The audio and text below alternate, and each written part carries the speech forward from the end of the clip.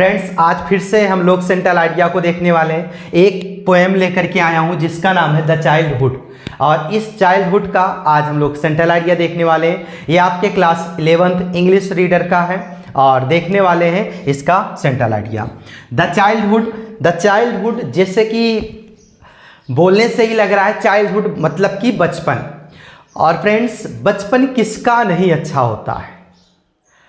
लगभग हर इंसान का बचपन एक गोल्डन टाइम होता है, एक सुनहरा समय होता है और उस बचपन को हर कोई याद करता है। तो कवि जो है उस यादगार को, एक बचपन के यादों को इस कविता के माध्यम से व्यक्त किए हैं। तो देखते हैं सेंट्रल आइडिया में क्या उसका भाव है।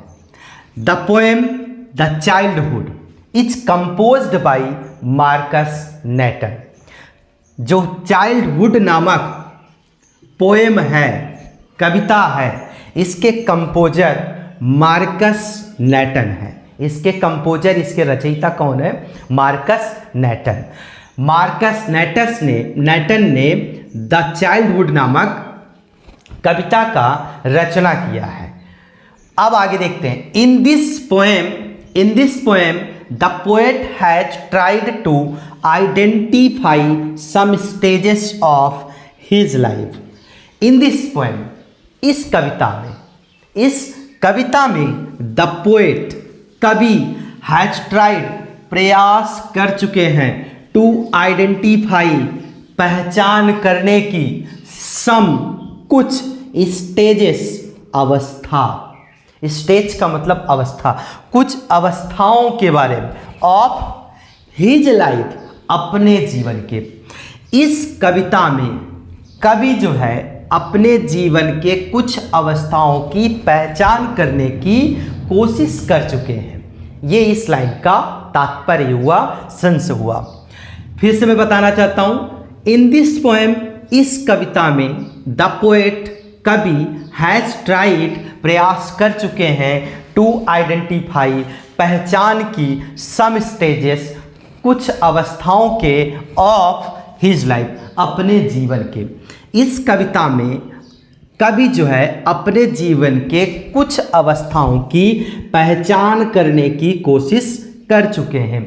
अर्थात कहने का, ये जो एक इंसान होता है, इंसान की कई अवस्थाएं होती हैं। एक बचपन का होता है, एक उससे भी छोटा होता है, एक नवयुवक का होता है जो यंगनेस होता है, और एक फिर ओल्डनेस में आते हैं। तो कई स्टेजेस होते हैं और उन स्टेजेस के बारे में यहाँ कवि जो है एक पहचान कर चुके हैं। उस पहचान को जानने की कोशिश कर चुके हैं कि एक एक स्टेज में, एक एक अवस्था में क्या अनुभव होता है, क्या एक्सपीरियंस होता है, क्या माहौल रहता है, क्या तौर तरीका होता है, क्या हॉबीज होती हैं। इन चीज़ों के बारे में कवि जो है जानने की कोशिश कर चुके हैं, एक अपना अनुभव ले चुके हैं जीवन के एक एक स्टेज के बारे में।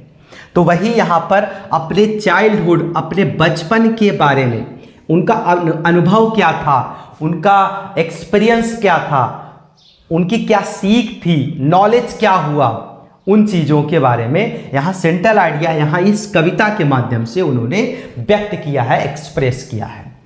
तो यही कुछ कहने का यहाँ पर मतलब है। एंड थिंग्स, और सोचते हैं, डीपली, गहराई से, ऑफ हिज लॉस्ट चाइल्डहुड, अपने बचपन को खोने पर।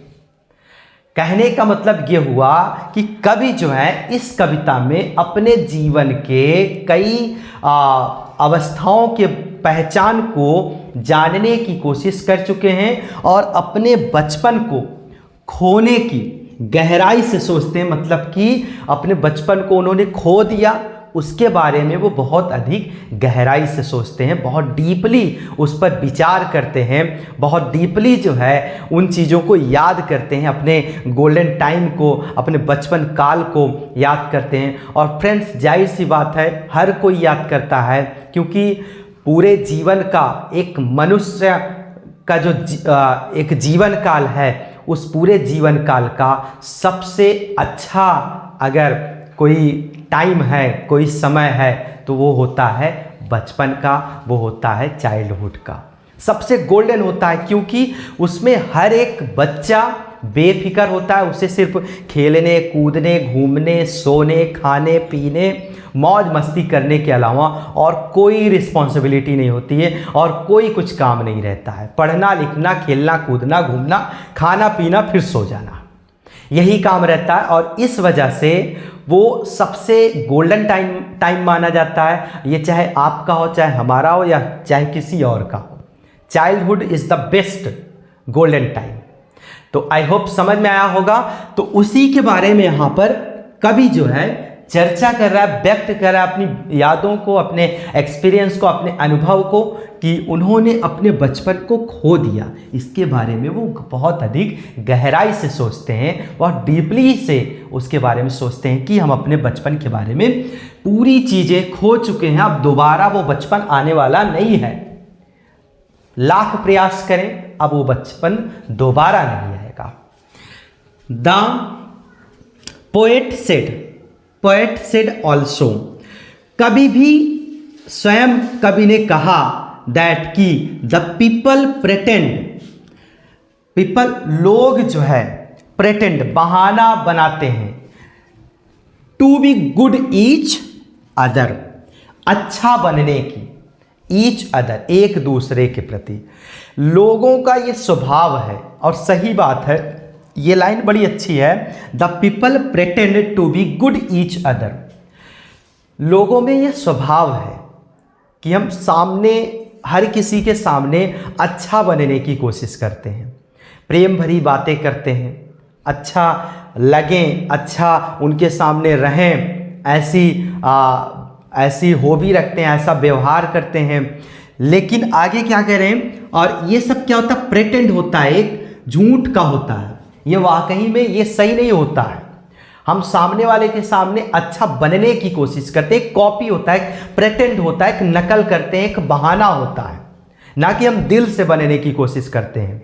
हम दिल से किसी के सामने अच्छा बनने की कोशिश नहीं करते हैं, वो हमारा एक प्रेटेंड होता है, एक बहाना होता है, एक कॉपी होता है, एक नकल होता है, ऊपर से सिर्फ दिखावापन होता है। प्रेटेंड का मतलब बहाना या दिखावापन।